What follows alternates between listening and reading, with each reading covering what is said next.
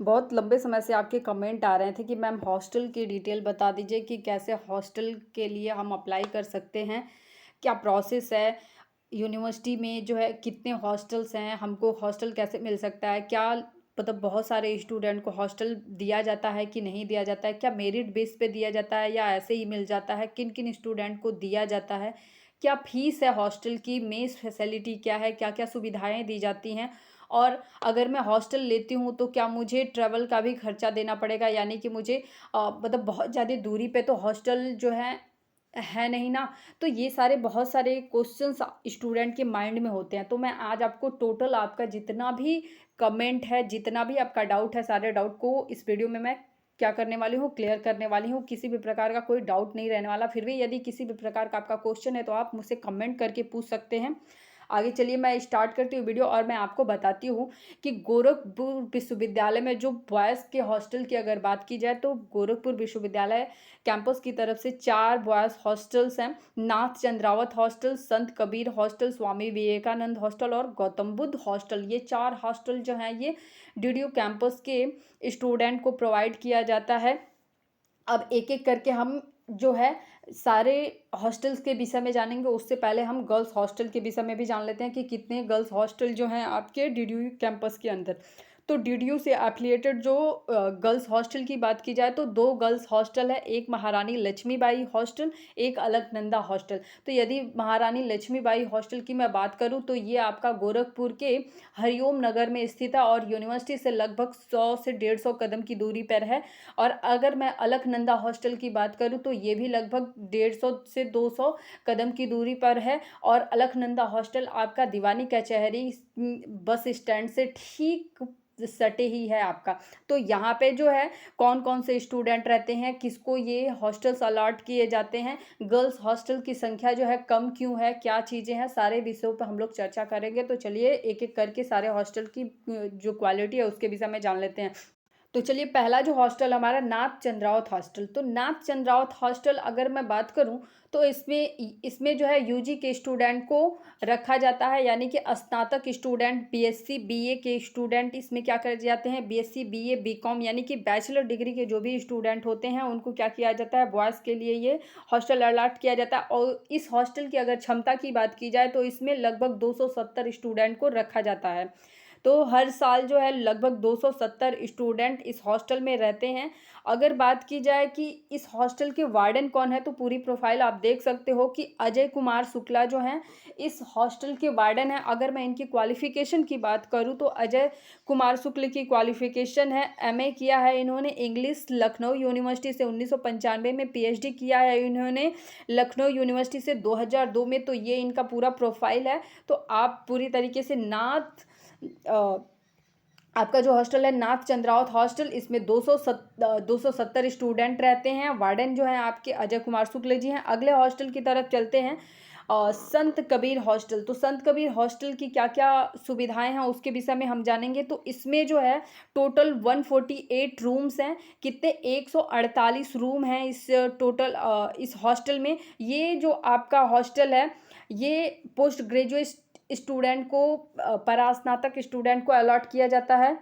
और यहाँ अगर मैं हॉस्टल की बात करूँ फैसिलिटी की तो हर हॉस्टल में बॉयज़ हो या गर्ल्स हॉस्टल सभी जगहों पे क्या है, वाईफाई की आपको सुविधा मिलेगी। कैंटीन और कॉमन हॉल सीसीटीवी कैमरे के नज़र में आप लोग रहते हैं। पूरी तरीके से आप सुरक्षित और सुविधाजनक तरीके से आपको रखा जाता है, सारी फैसिलिटी यहाँ पे दी जाती है। अगर मैं बात करूँ कि आप वाईफाई से कनेक्ट होके क्या कर सकते हैं, डिजिटल लाइफ यानी कि डिजिटल चीज़ों को भी आप इंजॉय कर सकते हैं। साथ में अगर मैं बात करूँ कैंटीन की तो कैंटीन आपको जो है अभी मैं जब फीस की डिटेल बताऊंगी तो कैंटीन फैसिलिटी के विषय में बताऊंगी। कॉमन हॉल की बात की जाए तो हर हॉस्टल में जो है लगभग हर बिल्डिंग में, हॉस्टल के हर बिल्डिंग में आपको एक कॉमन हॉल दिया जाता है।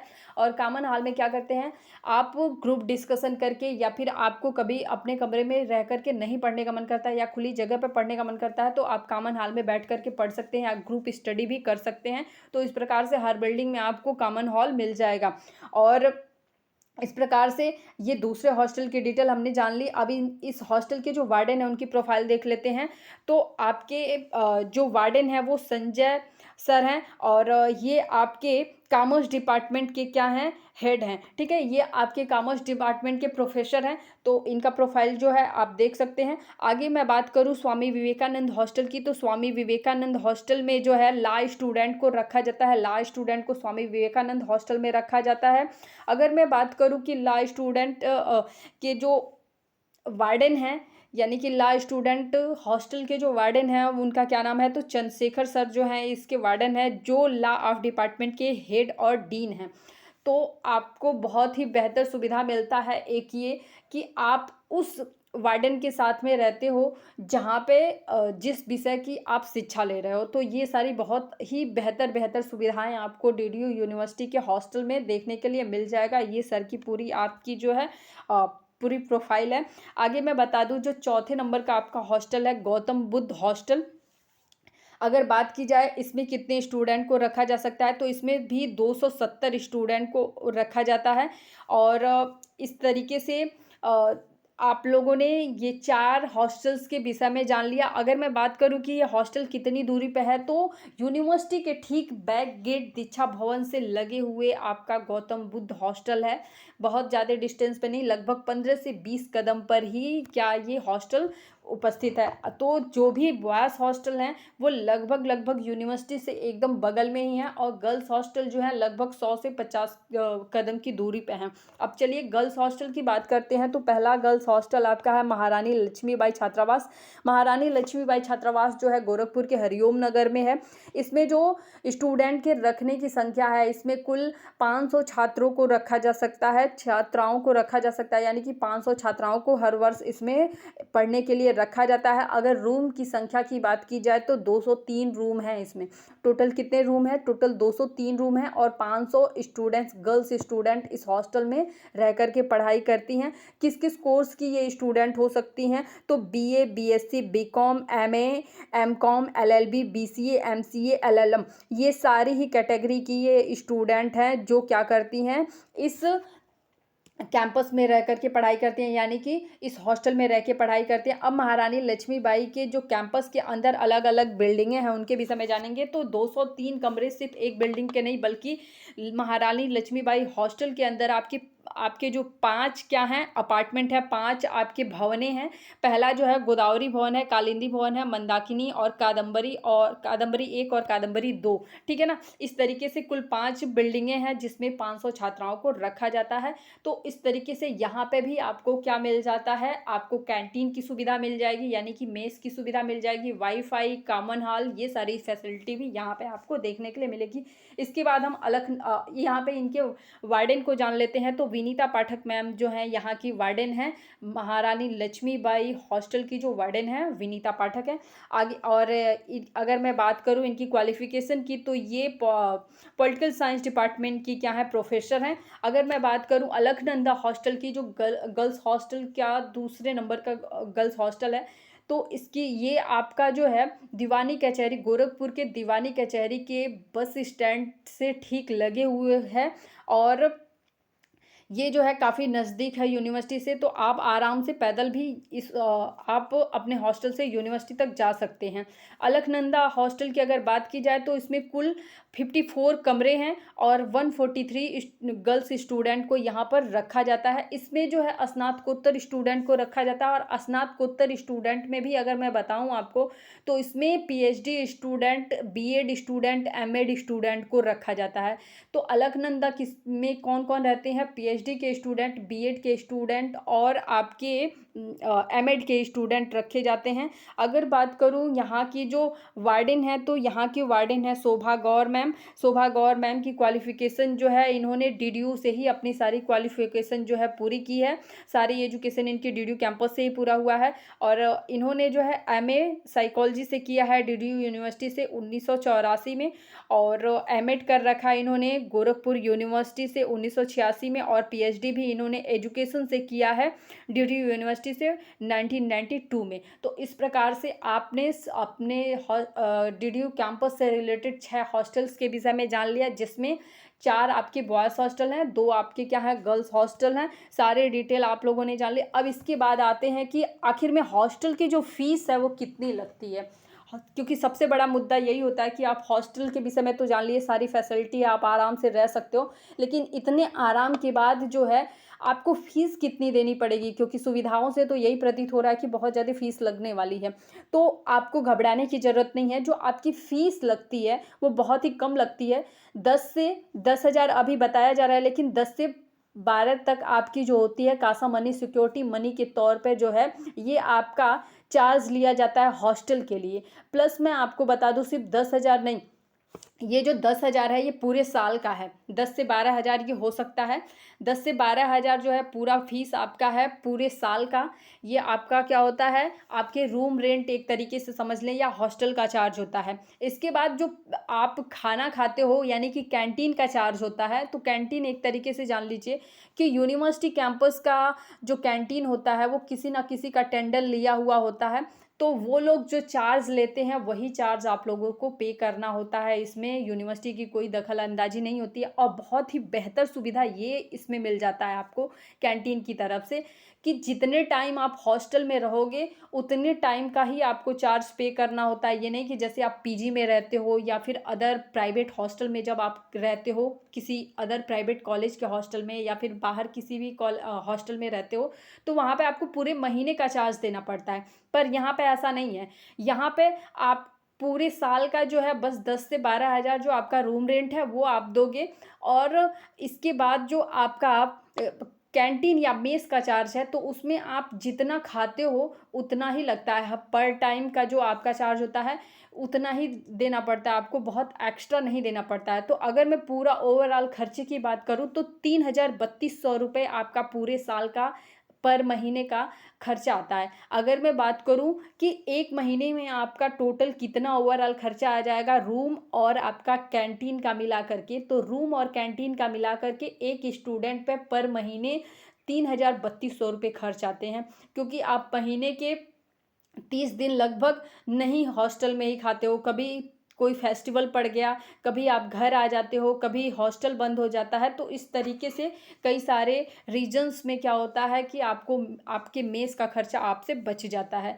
और जब भी आप घर आना चाहते हैं या घर पे मतलब घर घर पे रहते हैं, तो आपको वहाँ पे मेस में भी एक एप्लीकेशन लगाना होता है, और प्लस अपने वार्डन को भी एक एप्लीकेशन देना होता है, ताकि आप अनुपस्थित हैं ये दर्ज किया जा सके। ठीक है, आगे हम लोग इसकी डिटेल और जानते हैं कि हॉस्टल मिलता कैसे, क्योंकि आपने जान लिया कि हॉस्टल में जो रखने की छात्रों की संख्या है वो लगभग कुल मिला जुला करके, अगर गर्ल्स हॉस्टल की बात की जाए तो लगभग 6 से 700 स्टूडेंट दोनों हॉस्टल्स में मिल करके रह सकती हैं, और बॉयज़ हॉस्टल की बात की जाए तो लगभग 1500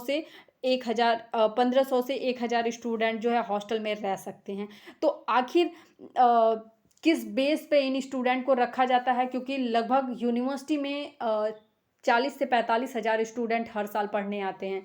तो ये बाकी स्टूडेंट क्यों नहीं हॉस्टल पाते हैं, क्या चीज़ है, किस प्रकार से ये हॉस्टल प्रोवाइड किया जाता है?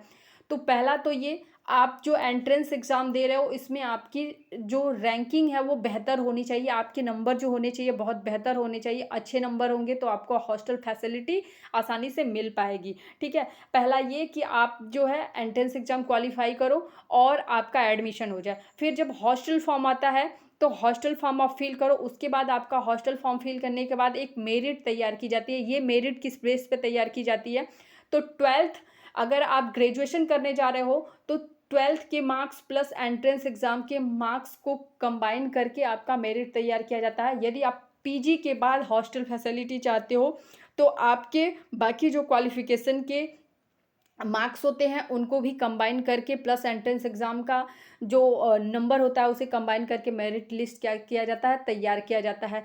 तो आप लोग अपने एंट्रेंस एग्ज़ाम के नंबर को बेहतरीन बनाइए, ताकि आपका जो हॉस्टल का, अगर आप हॉस्टल में रहना चाहते हैं तो आपको हॉस्टल मिल सके।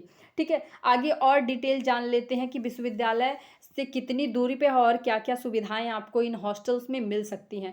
तो फ्री वाईफ़ाई की सुविधा मिलेगी। वाईफ़ाई का जो सुविधा मिलता है इसमें कोई आपको चार्ज नहीं देना होता है। ये यूनिवर्सिटी की तरफ से आपको फ्री ऑफ कॉस्ट दिया जाता है सारे स्टूडेंट को सुविधाएँ देने के लिए। और अगर मैं बात करूँ कि क्या बेड आपको ले जाना पड़ता है, टेबल कुर्सी, मेज, ये सारी चीज़ें आपको ले जाना पड़ेगा, तो कोई ज़रूरत नहीं है, आपको सारी फैसिलिटी दी जाती है। हर रूम में आपको एक मेज, एक कुर्सी मतलब एक स्टूडेंट पे पर स्टूडेंट आपको क्या किया जाता है, लगभग यूनिवर्सिटी की अगर हॉस्टल की मैं बात करूँ तो एक रूम में 2 स्टूडेंट को रखा जाता है। सामान्यतः एक रूम में 2 स्टूडेंट को रखा जाता है, बहुत ज़्यादा भीड़ नहीं इकट्ठा की जाती है। एक रूम में 2 स्टूडेंट होते हैं और 2 बेड होंगे, 2 मेज होता है और 2 कुर्सी होती है साथ में, और 2 अलमारी होती है जिसमें आप अपनी पुस्तकें और अपने कपड़ों को रख सकते हैं। और एक आपका जो होता है सीलिंग फैन लगा होता है। तो इस प्रकार से सारी फैसिलिटी आपको दी गई होती है। और और भी कई सारी सुविधाएं हैं, जैसे कॉमन हॉल है, आप जहाँ पे बैठ कर के आराम से पढ़ाई कर सकते हैं। यदि आप कोई चीज़ नेट पे सर्च करके स्टडी करना चाहते हैं तो उसके लिए वाईफाई दिया गया होता है। और अगर बात की जाए कि कितनी दूरी पे है क्या, तो बॉयज़ हॉस्टल जो है विश्वविद्यालय से लगभग सटे हुए हैं। सारे हॉस्टल जो है एकदम सटे हुए हैं, बहुत ज़्यादा डिस्टेंस पे नहीं है, 50 कदम 100 कदम पे ही है। और गर्ल्स हॉस्टल भी जो है ये आपके 100 से 150 कदम की दूरी पे है। अगर बात किया जाए अलकनंदा हॉस्टल की, तो ये यूनिवर्सिटी से 800 मीटर की दूरी पे है, तो 800 मीटर नहीं बल्कि इससे ही कम ही दूरी पे है। महारानी लक्ष्मीबाई की बात की जाए तो ये 850 मीटर की दूरी पे है। तो यदि आप आना चाहें तो आराम से आप इसे वॉकिंग डिस्टेंस समझ सकते हैं, आराम से आप पैदल चल करके ये दूरी आप आसानी से तय कर सकते हैं। तो ये आज की पूरी हॉस्टल की डिटेल, जितनी भी आपकी कमेंट थी उसके अकॉर्डिंग मैंने देने की कोशिश किया आपके सारे क्वेश्चंस का। यदि इसके बाद भी आपके माइंड में कोई क्वेश्चन है तो आप मुझसे पूछ सकते हैं। और अगली जो वीडियो आने वाली है उसके विषय में मैं बता दूं कि अगला जो वीडियो आने वाला है उसमें मैं डिस्कस करने वाली हूं आप लोगों से, क्योंकि अब आपका फिर से 20 दिन का समय आपके एंट्रेंस एग्जाम में बचा है। यदि आपका 12 अगस्त से एग्ज़ाम होता है तो लगभग 20 दिन का टाइम बचा है आपके एग्ज़ाम में। और मैंने अभी तक बीए, बीएससी और बीकॉम और आपका एलएलबी, बीए एलएलबी के लिए क्लासेस चलाया, लेकिन बहुत सारे स्टूडेंट इस क्लासेस से वंचित रह गए। तो मैं चाहती हूँ कि मैं फिर से जो है आपकी क्लासेस जो है फिर से चलाऊँगी। तो क्या टाइमिंग होने वाला है, किस टाइमिंग पे आपको क्लास मिलेगा, तो इस चीज़ को जानने के लिए आप अगली वीडियो ज़रूर देखिएगा। वीडियो को पूरा देखा करिए ताकि एंड में दी जाने वाली जानकारी भी आपको मिल सके। और वीडियो पे पहली बार आए हों तो चैनल को सब्सक्राइब कर लीजिएगा ताकि आप अपने जो भी जानकारी चाहते हैं आपको पूरी तरीके से मिल सके। आपको यहाँ पे क्लासेस भी मिल जाएंगी, कोई इन्फॉर्मेशन होती है तो आपको बहुत ही रिसेंटली मैं देने की कोशिश करती हूँ। हर एक जानकारी आपको आसानी से मिल जाती है। मेरे चैनल पे आप लोगों के एंट्रेंस एग्जाम से रिलेटेड बुक भी दी गई हैं। तो जो बुक जो भी आप लोगों में से कोई भी वो बुक अगर लेना चाहता है तो उसे परचेज कर सकता है। एक बहुत बड़ा डाउट बुक को लेकर के भी स्टूडेंट को है कि ये बुक मैं कैसे लूँ या फिर कहाँ से लूँ। तो मैं आपको बता दूँ, ये बुक जो है आपका ई बुक है। ई बुक का मतलब होता है डिजिटल बुक, यानी कि ये सॉफ्ट कॉपी होती है। इसे आप मोबाइल, लैपटॉप में ओपन कर सकते हो या टैब में ओपन कर सकते हो, ठीक है। तो चूंकि कोरोना कॉल है, और दूसरी चीज़ ये है कि कोई भी पब्लिशर कम अमाउंट लगा करके कोई बुक पब्लिश नहीं कर सकता। इसके लिए बहुत ज़्यादा एफर्ट करना पड़ता है, और बुक की डिमांड इसीलिए मार्केट में कम होने की वजह से बुक जो है आपको मार्केट में हर कोर्स के लिए नहीं मिल पाती है। तो जो लोग भी इच्छुक होंगे आप अपने हिसाब से वो बुक परचेज कर सकते हैं। बीए, एलएलबी, एलएलबी और सामान्य ज्ञान की जो पुस्तक है उसमें हिंदी, आपका करंट अफेयर, ये सारी कंबाइंड चीज़ें आपको देखने के लिए मिलेंगी। तो जो लोग परचेज करना चाहते होंगे वीडियो के नीचे कमेंट करेंगे, वीडियो पसंद आया तो वीडियो लाइक करेंगे, चैनल पे पहली बार आए हो तो चैनल को सब्सक्राइब कर लेंगे। वीडियो देखने के लिए धन्यवाद।